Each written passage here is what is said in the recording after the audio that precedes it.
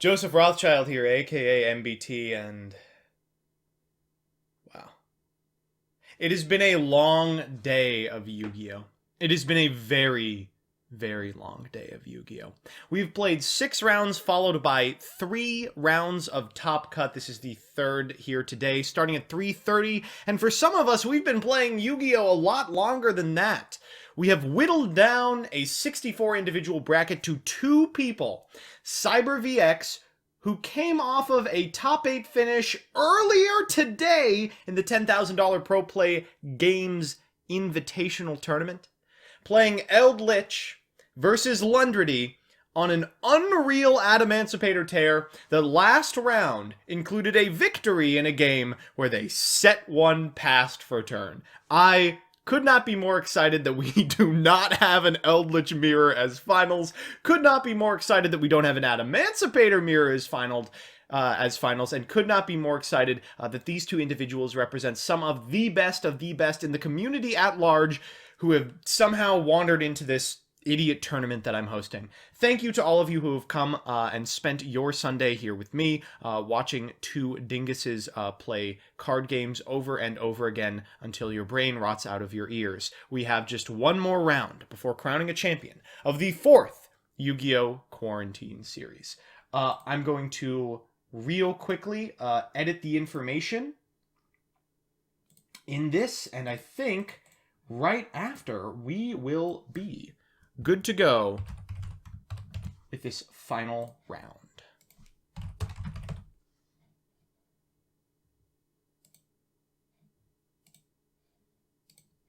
And for what it's worth, I'm checking this straw poll at the same time. It looks like you all really think Adamancipator is going to win this. Of course, a lot is going to count on this die roll.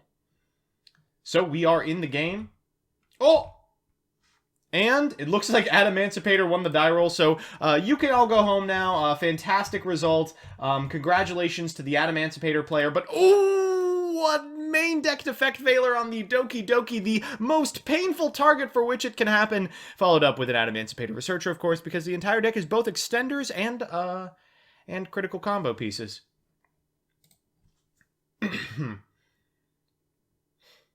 Alright, so we're going to go into a Koakai Mairu Guardian, the hit off of the Researcher, and that Veiler is going to have to be enough, because you are not going to be able to activate effects for the rest of the turn. So from here, I think you probably have to go into a copy of Crystron Halqifibrax, and looks like that's where we are going. We will activate Halqifibrax's effect, and go into O-Lion. That will turn into a Link Cross, probably the biggest shenanigan maker in Eternity Code. That's going to turn into a couple of tokens. One in this instance, already thinking ahead, and a Metal Martial Marcher. Well, now we have information about what those cards we didn't know were in the extra deck last game were. They were Link Cross enablers like this one. So when Martial Metal Marcher comes onto the scene, it can target a tuner in the graveyard, special it, negate its effects. Of course, we will be getting Mecha Phantom Beast O-Lion, or, and this is a deck that actually plays another target, Adamancipator Researcher. We also get the token from the O-Lion, which enables a Synchro Summon of Adamancipator Risen Raptite, which is not only very powerful, any monster Synchro Summoned using Martial Metal Marcher as material is itself a tuner. So later in the turn, if we are to find something like a Doki Doki, we can Synchro this and any 2 that is not a tuner off for Savage Dragon.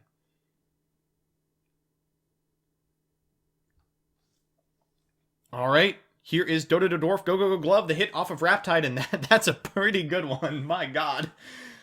The hits in this game have been fantastic. The hits last game left a lot to be desired for Lundredy, but the hits this game have really been on point. Alright, going into Union Carrier here. I think later in the turn we're going to activate it, unless we don't have a way to get a Block Dragon, in which case we're going to have to activate it very shortly. Getting back a Seeker here, I don't think we've actually activated Seeker's effect yet, and that's going to allow us to stack the top of the deck probably with a 2, so we can go from Raptite into Savage Dragon, but not necessarily sure here. Yep, going for Doki Doki. And then we'll activate Seeker's effect, revealing 5 cards off the top, and what do you know? There's a Doki Doki! Yeah, I think we'll pick that one. In fact, we have to. It's the only valid target. So from here we can Synchro Summon a Borreload Savage Dragon, or we can start with a Union Carrier, not doing the extra deck lock on this individual board, and if you're Jason, you got to be pretty happy about that. All you're going to have to contend with is what looks to be a Herald, maybe an Appaloosa. Nightmare Phoenix is a weird call. It's going to get the Block Dragon into the graveyard and get, what, a Gigantes? Yeah, it looks like you're only going to have to Fiend through about 2 negates and maybe a Masquerena Block Dragon. This is a very beatable board.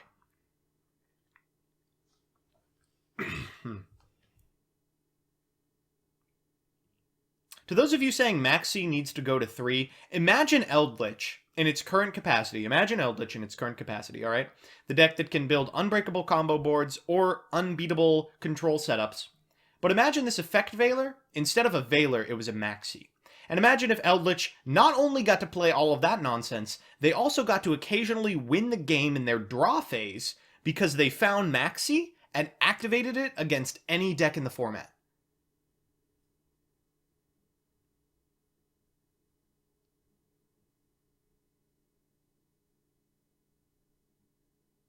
I'm thinking pretty hard about this one.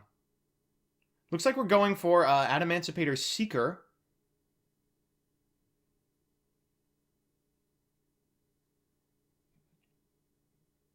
And this does make a fair amount of reasonable setups, but the zones are really screwing us up. All right, we're going to go for the Savage here, but the Union Carrier has already been activated, so a Dark Ruler on this board would be very powerful. All right, we'll go into Gigantes, but these are bad star lines. You know, we want another 2 to make Herald. Oh, what are we going to do from this position? Overlay those 2 for Abyss Dweller now that we have a negate for a potential Nibiru. And I guess you can link away the Phoenix and the Seeker for a Mask and then make block, but that's not very good. Yeah, looks like a pass on this, and this is a very beatable board. It's just Abyss Dweller and 1 negate. I don't know if the... Oh, Lund said in chat they forgot they already used Doki. Yeah, that'll do it. Alright, so tuning is a pretty good start. You probably have to negate this, or at least something further down the line. The frustrating part about tuning is if you negate the tuning, then your opponent can activate the second tuning, as it's not once per turn. But if you fail to negate the tuning, they can do exactly what they did, which is add Jet and send a Conquistador to the graveyard, because sometimes you just mill yourself into victory.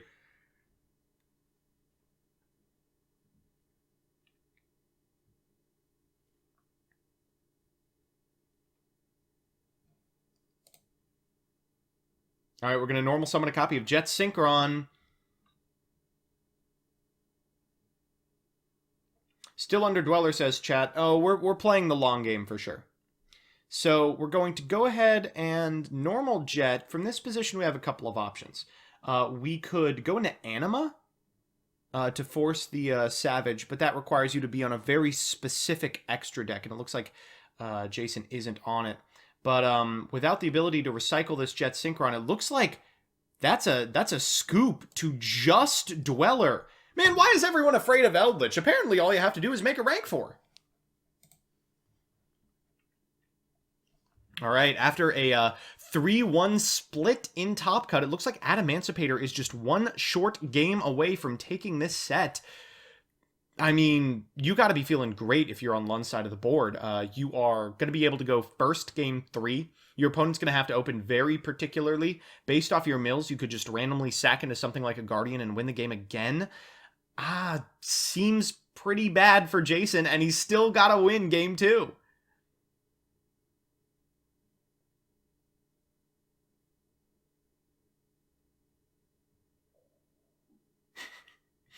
Chat already brainstorming the next great Salamangreat list. Damn, gonna play 3 Foul. You gotta make Abyss Dweller somehow. Alright, let's see what Jason can do. Now, we know they're on a combo build of Eldlich. We saw the tuning game 1. Let's see what the hand looks like. And Jason saying, well, this is a hand of Yu-Gi-Oh cards. Raiden? I mean, there's Raiden. So Raiden Mills matter very, very specifically. And oh, a Jet Synchron directly into the graveyard, huh? Well, thank you. Thank you, Alpha Cretin, for fixing the shuffler. Thank you so much. Oh, fantastic. And this is just full combo. Halqifibrax, of course, does not need one tuner and one non-tuner like a fair synchro monster. It needs at least one tuner. So from this position, you can go through the entire Halqifibrax combo. You've got Eldlich in the graveyard as an additional monster to extend with, and that means you've got access to an unbelievable amount of Auroradon shenanigans. I'm excited to see what variation on them Jason plays over the course of the turn.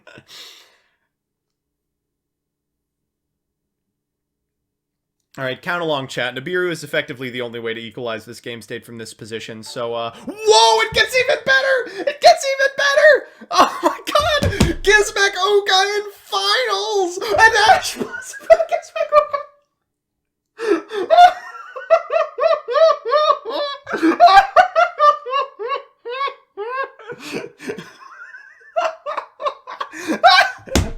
Oh my god!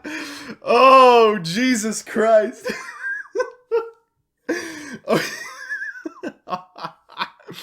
So, for those of you unsure as to what's going on here, Gizmek Uka can be summoned when your opponent special summons a card from the main deck. And after it's special summoned, you can target a face-up monster your opponent controls, and special summon a monster from your hand or deck, with attack that equals its defense. Barrier Statue of the Torrent is a water monster with the same typing of Crystron Halqifibrax, whose attack equals its own defense. It is a Vanity's hand trap. It is only good against Halqifibrax setups, but because it summons from the deck, you can ash it. That is unbelievable. just amazing. Jason taking a lot of chip damage. For some reason, this also burns you when your opponent special summons. It literally just exists to win you games in time. Oh! Jason saying, get ready, chat. I'm prepared.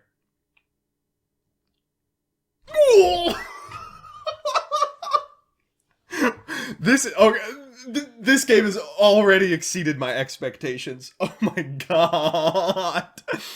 Garden Rose Maiden, the summon for Jason. So Garden Rose Maiden, 5-star synchro, which when special summon gets a black garden from your deck to the hand, but has a pretty good typing for Coral Dragon. That's a fantastic way to out the Barrier Statue. And then these two get to go to the graveyard for Ravenous Crocodon Arceus. I think that's only a 2-mat, but you get to draw a card off of the Coral Dragon as well.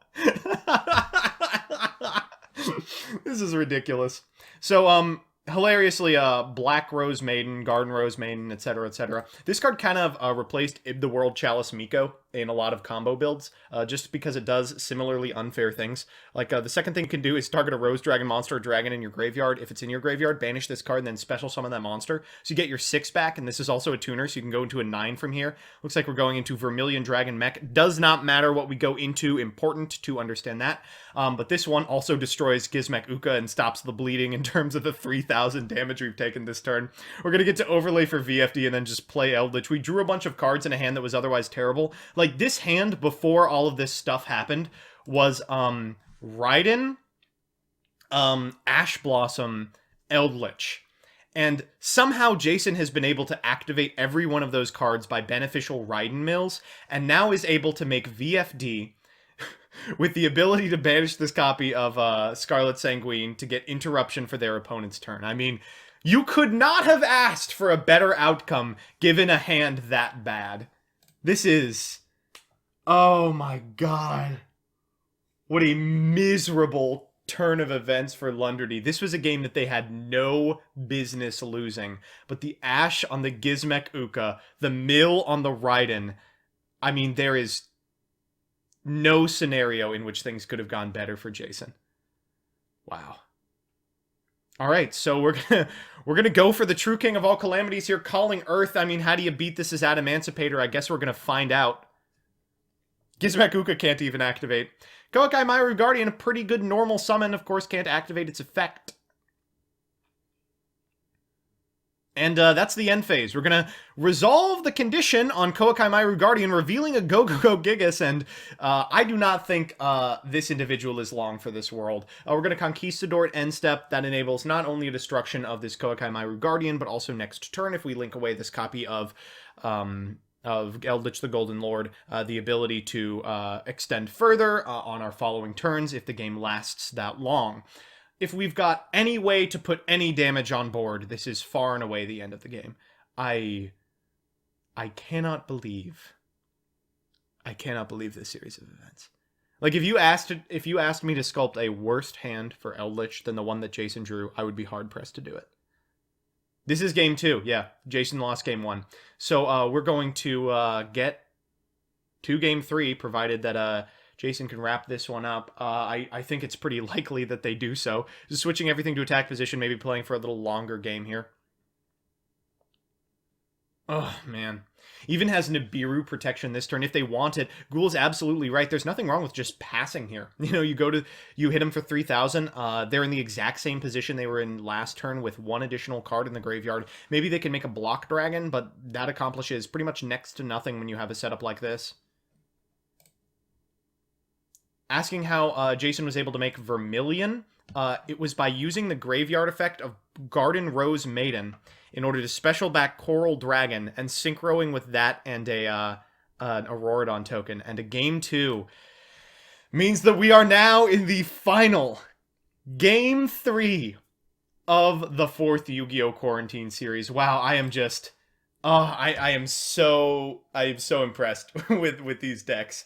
I would never have expected the combo lines out of Eldlich that I've seen today, but Garden Rose Maiden made the cut. Oh, Mana's in chat. Mana, how are you doing? We sold a fanny pack today. Someone bought the fanny pack. Yeah, I didn't know I was making a fanny pack either until I saw that that Streamlabs lets you make a fanny pack, and then I was immediately called. For a while, it was selling at cost. I was just like, I'll make $0 off this. Anyone who wants it can have it. And then I realized people actually did want it. All right. So, the issue for Jason is that Lunderdy is going to be going first, you know? Going first is difficult. It is very hard for Jason to beat because, of course, the setups for Adamancipator, even if they are middling, are still very powerful against Eldlich specifically. You saw in Game 1, no extra deck lock, one single Omni Negate, and an Abyss Dweller was enough to call the game.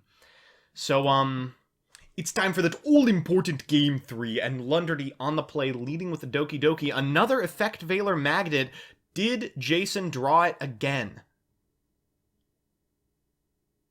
He's the best player in the universe, folks. He's the best player in the universe. I don't know how to describe this. He's the best player in the universe. This is the exact same hand.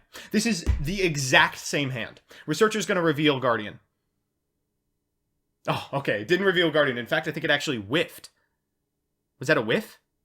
No, they got a Doki Doki. Okay.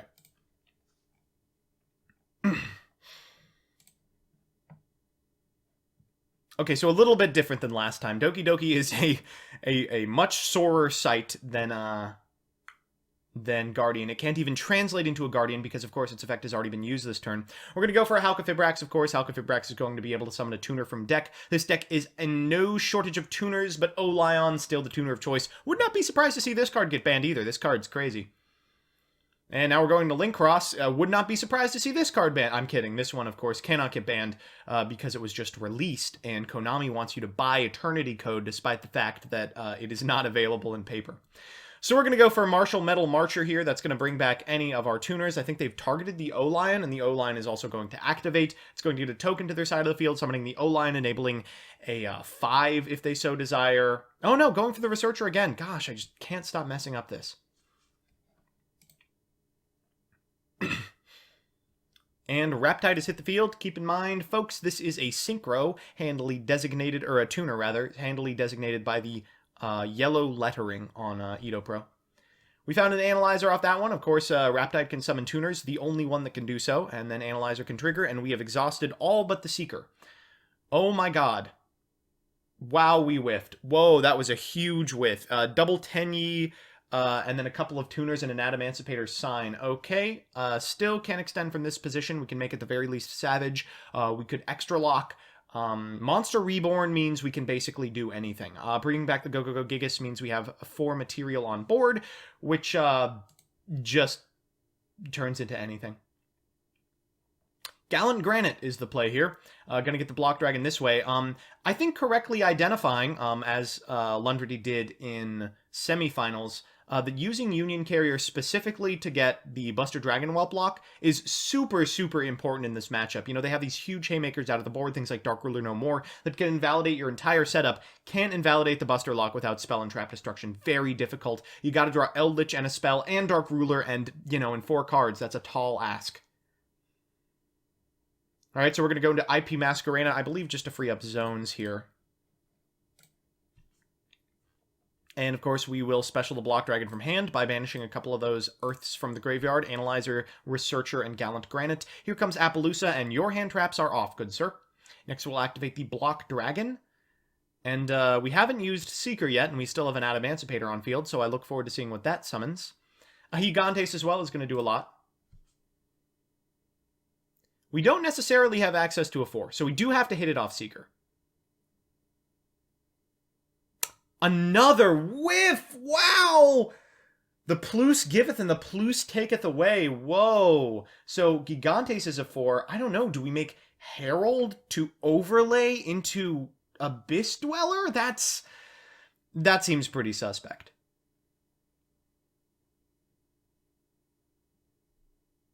So we actually know the entire contents of the hand, and I think everything's been used.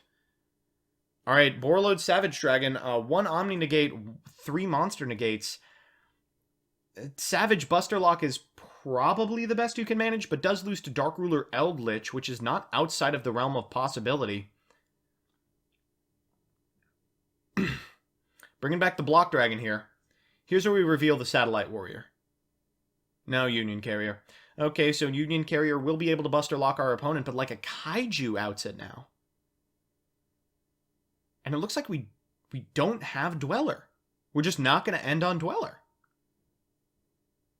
Alright, I mean, this is it. You've had to do it all day, Jason. If you drew Dark Ruler, you have the ability to win this game. If you didn't, you don't.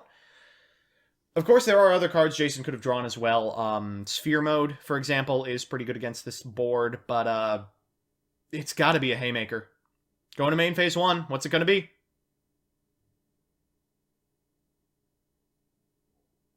God, I'm so tense. I'm like shaking.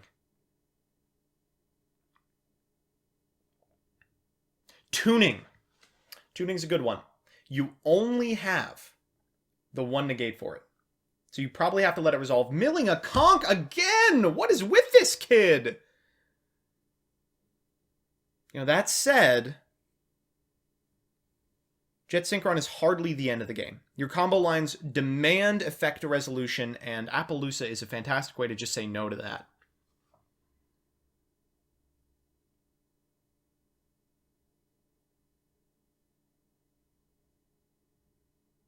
Jason deep in the tank, you can't help but think if they were on like a Dark Ruler or an Egg, they would have just fired it. Like, thinking at all makes me feel like it's very likely Lund has just walked with this. So there's Synchron. We can't go into the extra, of course.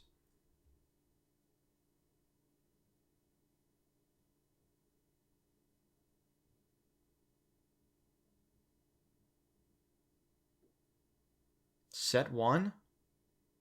Oh no.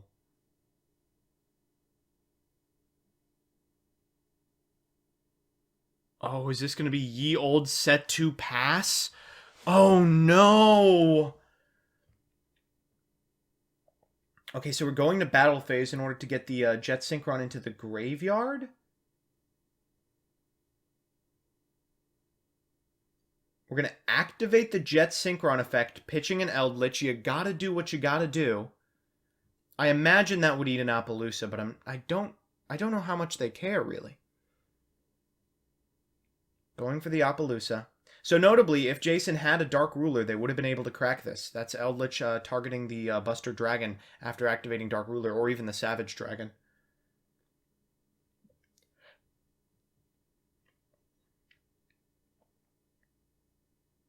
And go to end step, activate the graveyard effect of Conquistador. This will fetch a Boral Sword Negate.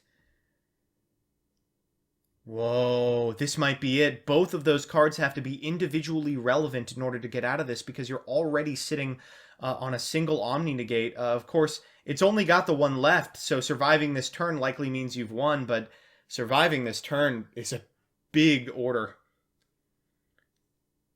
Alright, here comes the Block Dragon. What do we got? Researcher? Could be like, I don't know, Summon Limit... Strike? Time to trigger MBT. Oh, don't do this! Oh, don't activate both of these cards in the same chain! Come on, no!